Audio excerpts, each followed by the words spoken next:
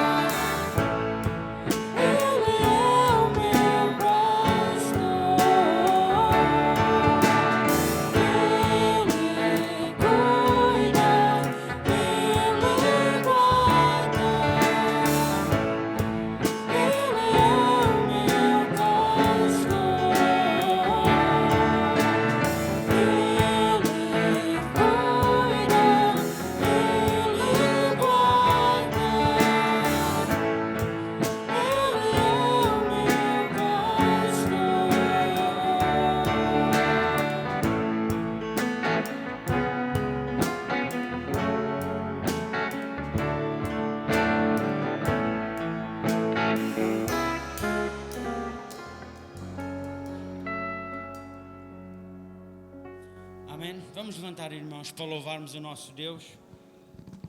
E de facto, Deus cuida de nós. Queremos nisso? Amém. Amém? E por isso, nós vamos agradecer, vamos estar gratos por o seu grande amor, por a sua grande misericórdia. A palavra de Deus diz que devemos dar graças em todo o tempo. Por isso, hoje é um dia para dar graças por aquilo que temos. Amém?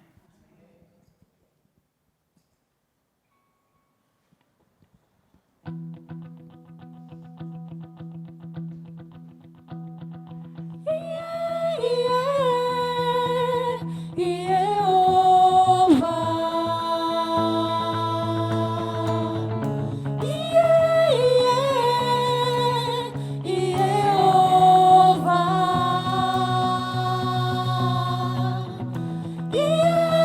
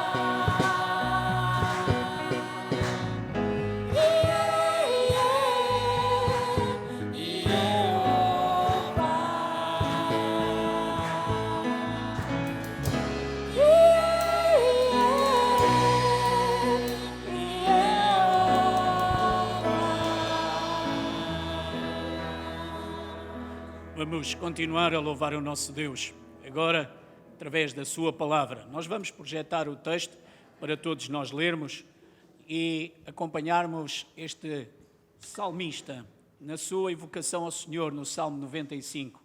Vamos ler todos em conjunto? Vinde, cantemos alegremente ao Senhor, cantemos com júbilo à rocha da nossa salvação. Apresentemo-nos diante dele com ações de graças e celebremo-lo com salmos de louvor.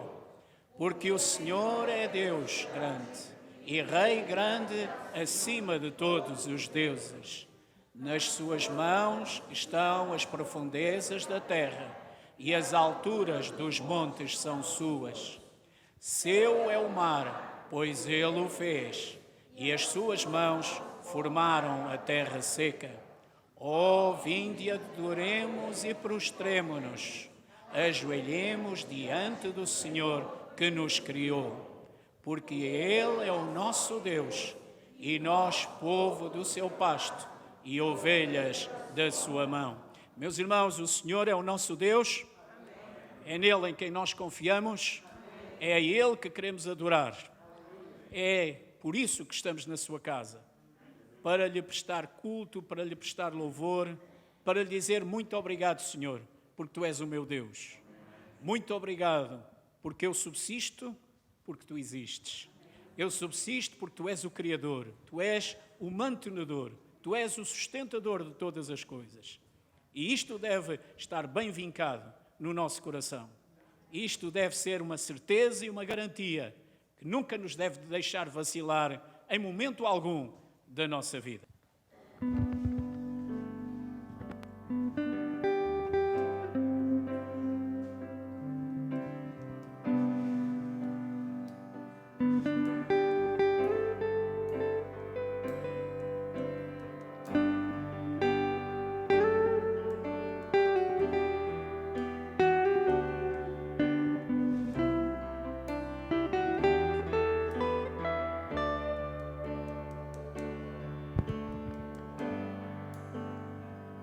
Isto é o meu respirar,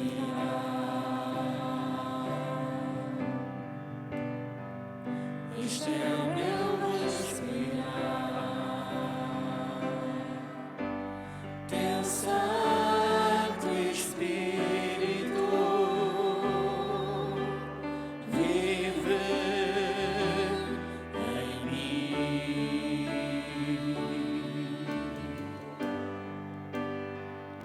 E este é o meu pão, e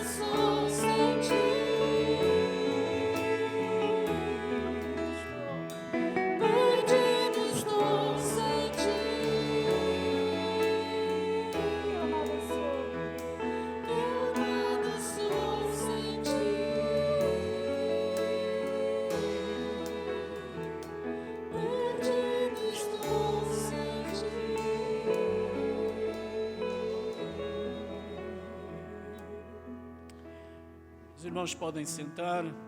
Esta oração que eu espero que todos nós tenhamos feito com este sentimento. É verdade que nós estamos perdidos sem o nosso Deus? Verdade? Temos alguma dúvida sobre isso? Nós, se não tivermos o Senhor, estamos fora da paz de Deus, do seu conforto. É isto que nós sentimos? Meus irmãos, em algum momento na vossa vida vocês sentiram a paz de Deus mesmo num momento atribulado? Alguém tem esta esperança?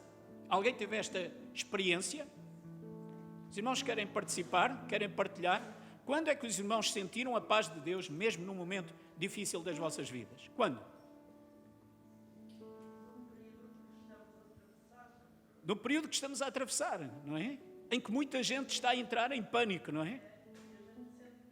E nós sentimos paz. Porquê, minha irmã? Porquê que nós podemos sentir paz?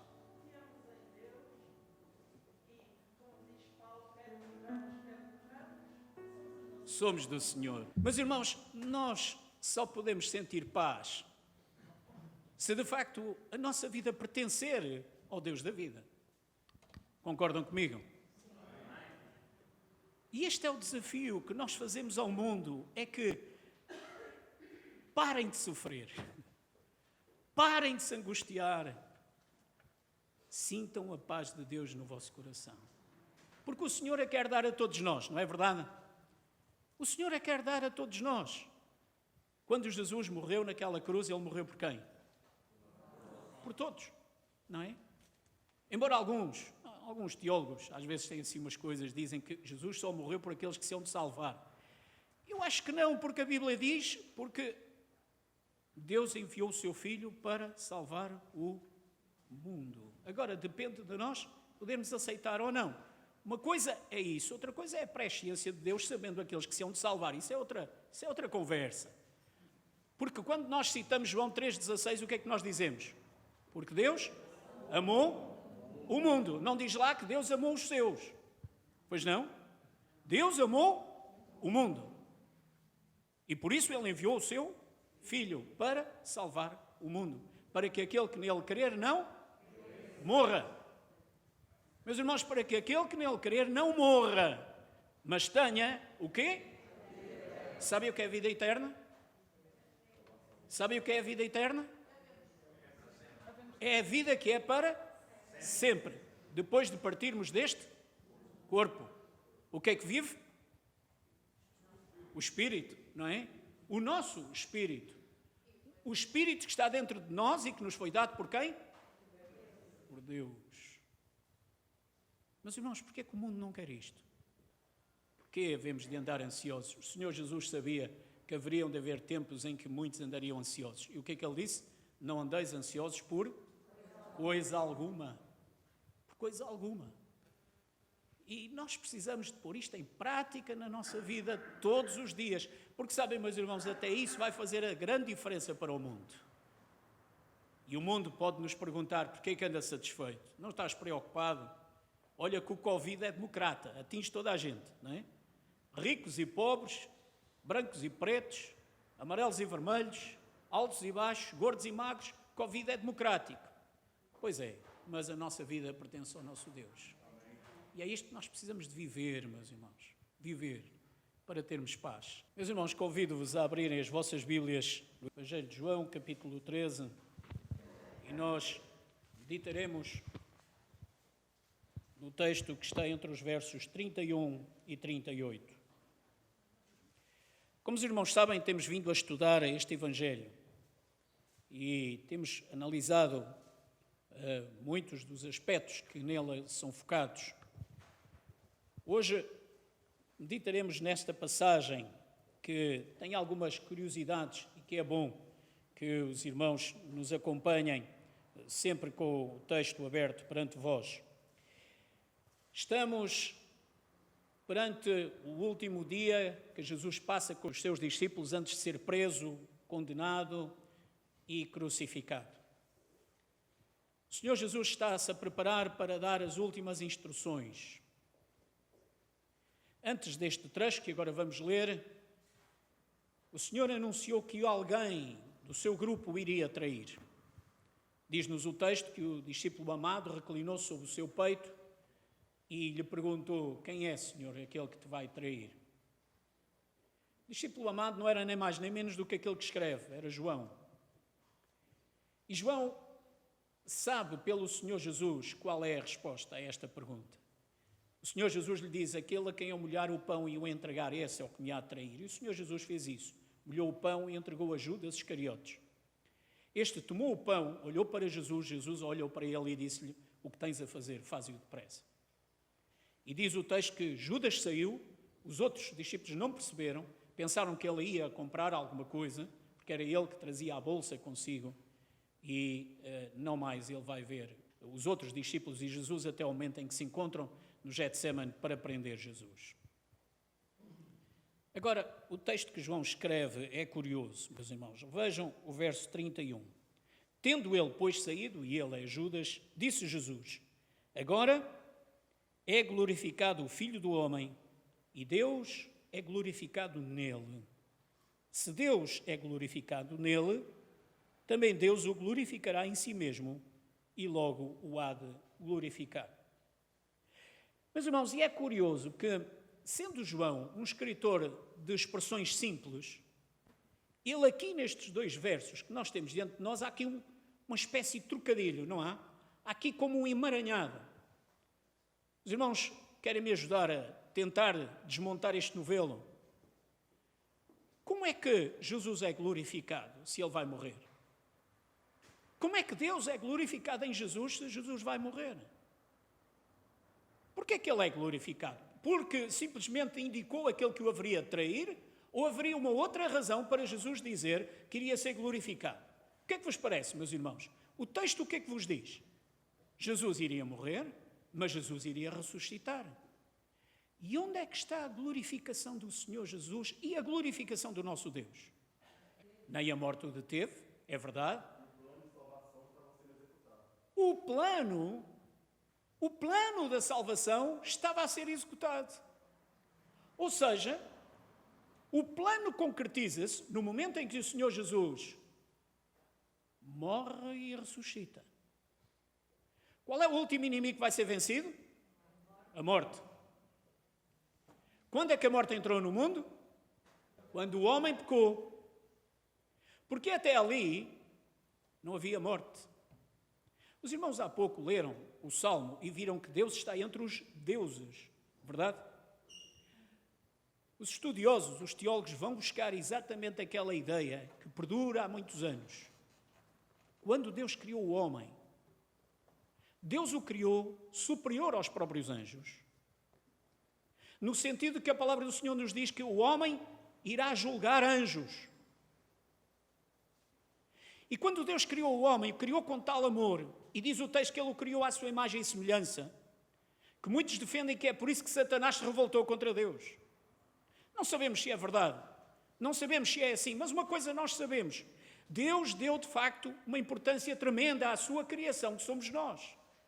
Meus irmãos, cada um de nós vale mais do que o mundo inteiro. É verdade, tu vales mais que o mundo inteiro. Para Deus, tu vales mais que o mundo inteiro. Porque tu foste criado à imagem e à semelhança de Deus. Mas, irmãos, é por isso que nós temos sentimentos. E é por isso que nós temos em nós o seu Espírito. Porque a palavra do Senhor nos diz que Deus soprou do seu Espírito nas narinas. E o homem foi feito o quê? Alma vivente. Da junção do corpo e do Espírito foi feita a alma vivente. E é esta alma vivente que Jesus ama, que Deus ama. E por isso, desde o primeiro momento, Deus estabeleceu um plano. Qual era o plano? A partir do momento em que o homem pecou, o plano era resgatar o homem, salvá-lo da morte. Porque Deus nos fez para termos vida e não para morrermos. Meus irmãos, aquilo que o Senhor Jesus está a dizer é exatamente aquilo que foi dito. Ele cumpre a sua glorificação e a glorificação de Deus no momento em que cumpre o plano de salvação que Deus determinou.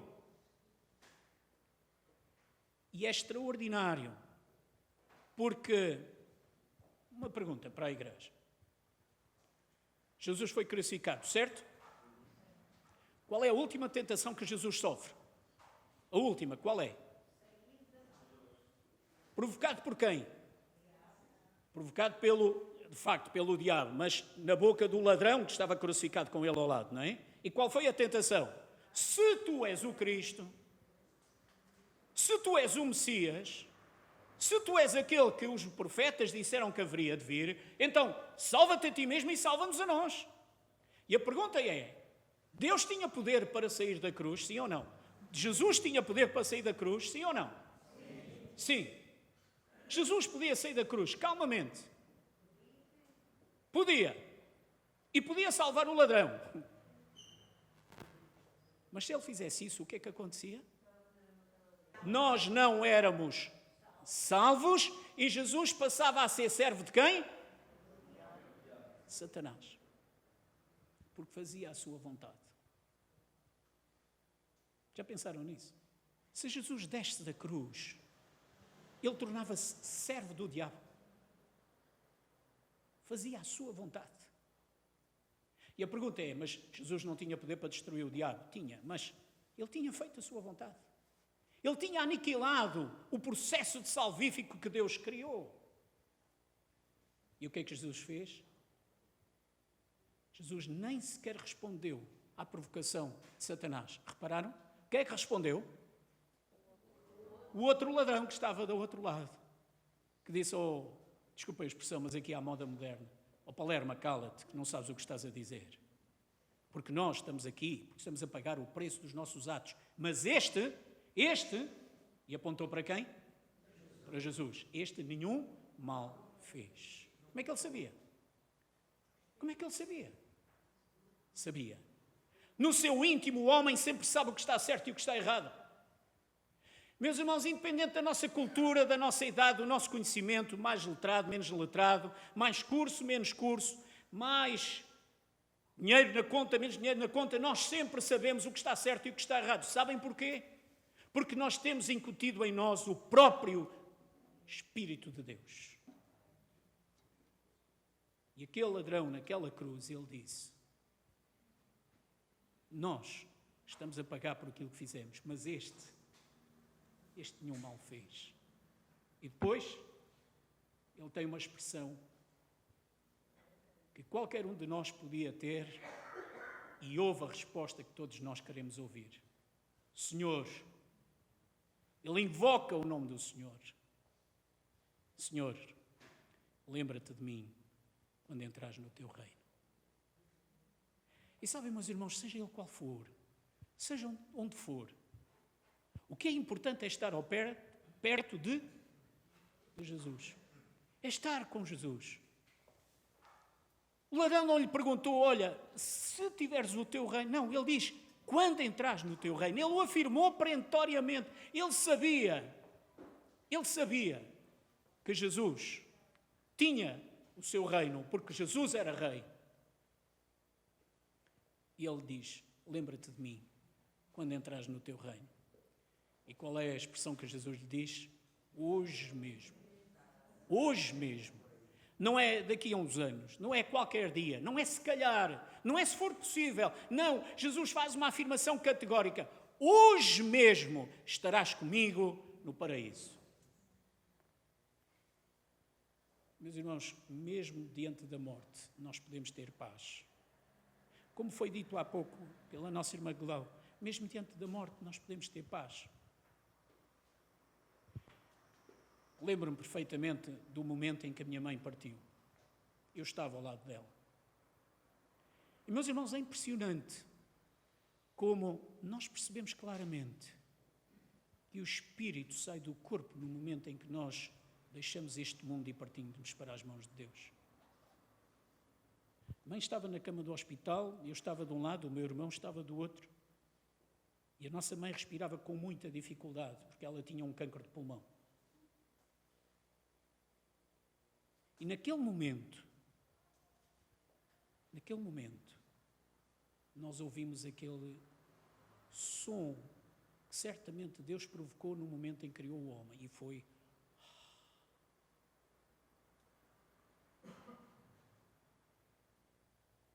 nós estávamos em paz.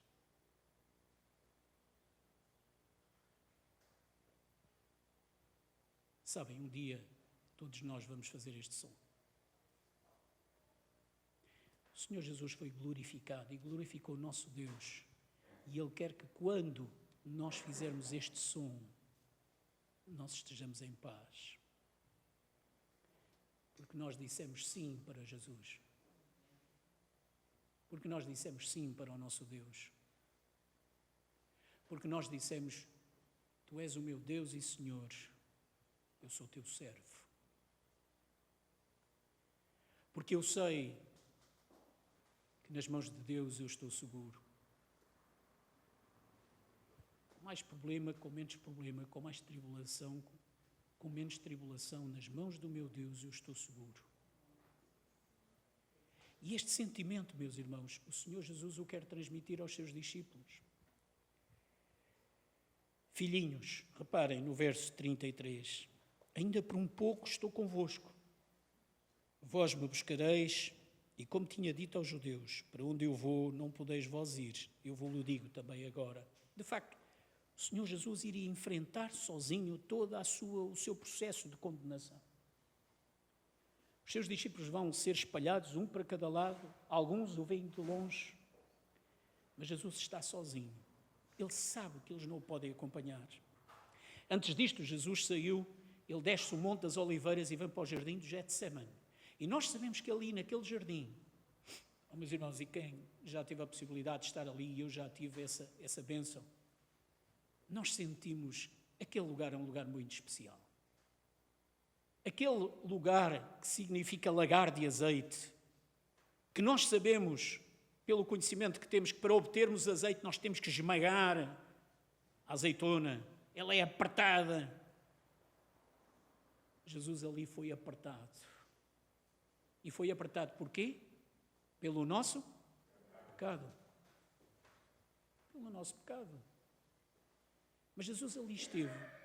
Jesus suportou tudo aquilo. Lucas, no seu conhecimento médico, ele diz-nos, as gotas que saíam do seu corpo não eram gotas de suor, mas eram gotas de sangue.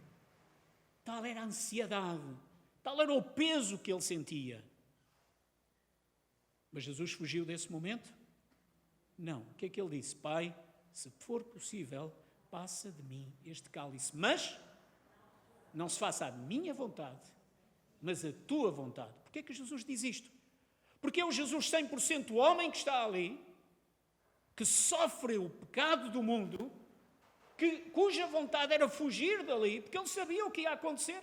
O que é que ia acontecer a seguir? Iam prendê-lo, iam condená-lo, iam acusá-lo injustamente.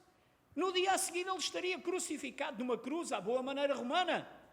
A morte mais vil. Ele seria colocado na beira de uma estrada por onde passassem pessoas, para que todos vissem aquilo que acontecia àqueles que afrontavam Roma. Era assim que era passado. Era assim que era feito. Era para servir de exemplo. E o que é que Jesus fez para merecer isso? Nada. O seu desejo como homem seria sair e fugir.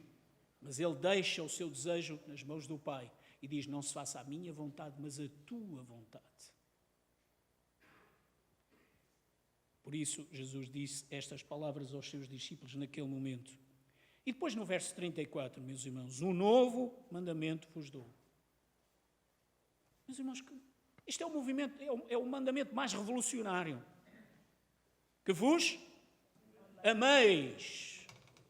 Que vos ameis uns aos outros, como eu vos amei a vós, que também vós uns aos outros vos ameis. Oh, meus irmãos, e nós cá estamos na Igreja do Senhor para nos amarmos, para nos acompanharmos mutuamente uns aos outros.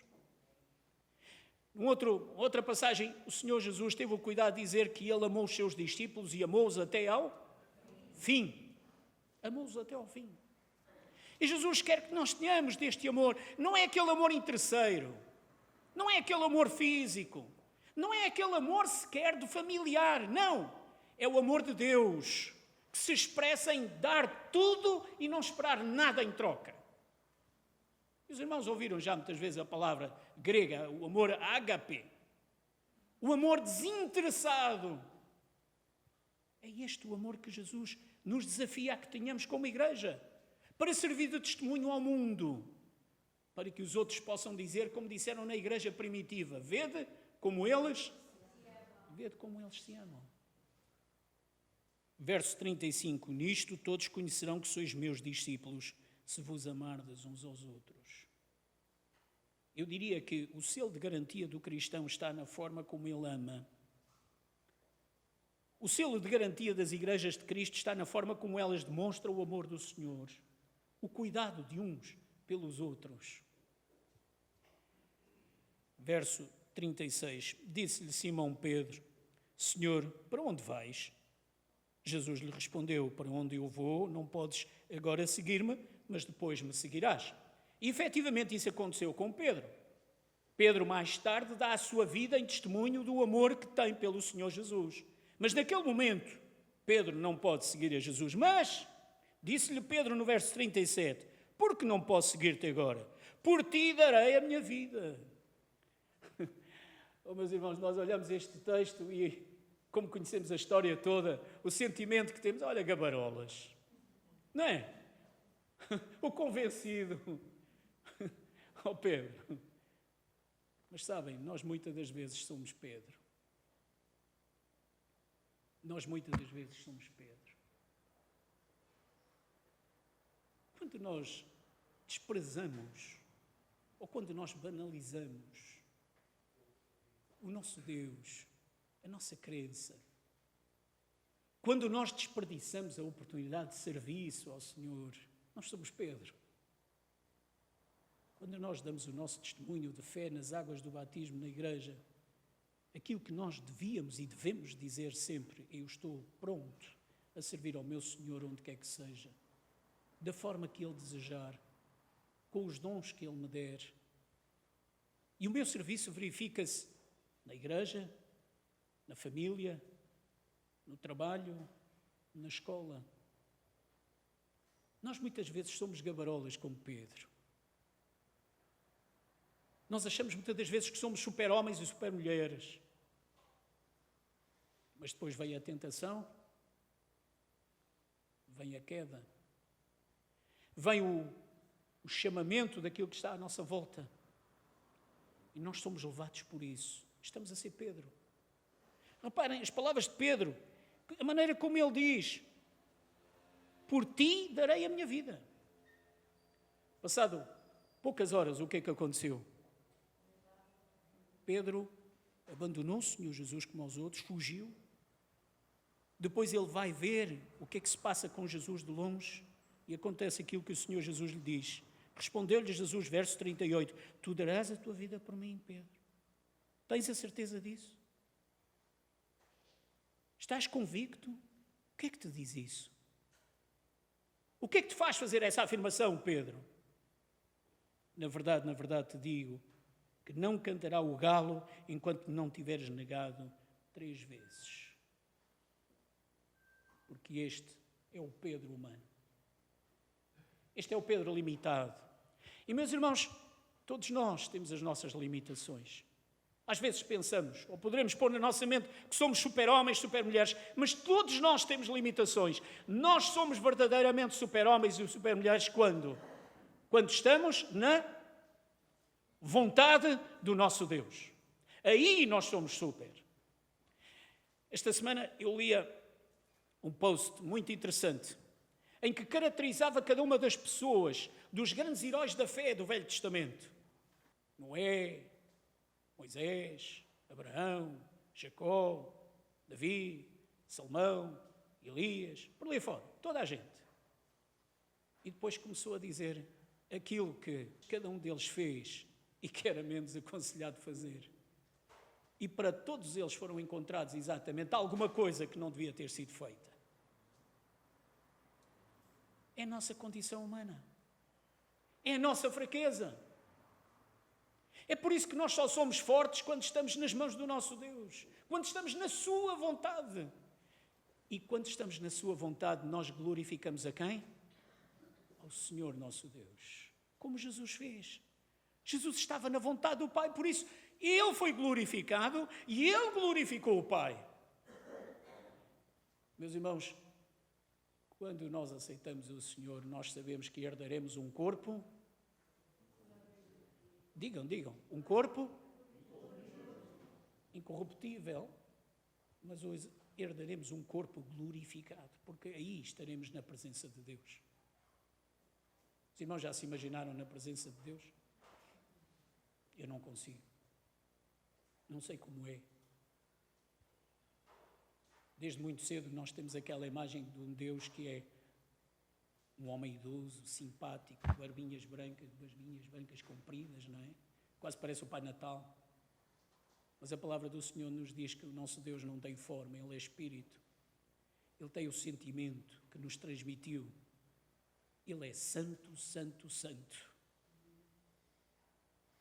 E quando o profeta tem a visão, ele diz: ai de mim que sou homem pecador e pecador de impuros lábios e habito no meio de um povo de impuros lábios. Quando Moisés pede para ver a glória do Senhor, ele o vê, diz o texto que de o vê pelas costas, numa imagem humana, e diz que Moisés a única coisa que conseguiu fazer foi prostrar-se e adorar ao Senhor.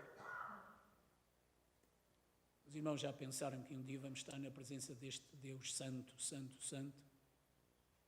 E sabem o que é preciso que todos nós tenhamos nesse momento? Paz. Nós precisamos de estar em paz diante do Senhor. Porque a nossa vida, mesmo fracos, o glorificou. Porque a nossa vida, mesmo imperfeitos, ela ainda procurou estar próxima do nosso Deus. E o Senhor vem até nós e nos dá da sua paz. Tens tu paz com o teu Deus? Vamos ficar de pé, meus irmãos, para terminarmos este culto, cantando este belo coro, até que Ele venha.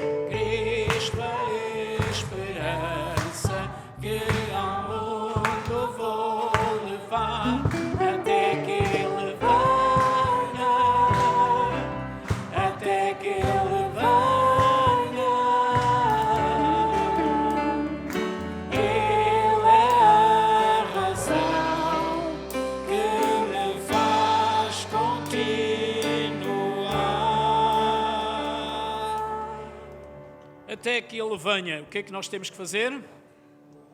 Continuar a levar o quê? A palavra, a esperança, a salvação. Até que Ele venha, nós devemos estar empenhados na missão que o Senhor nos deu de continuar a levar a sua palavra.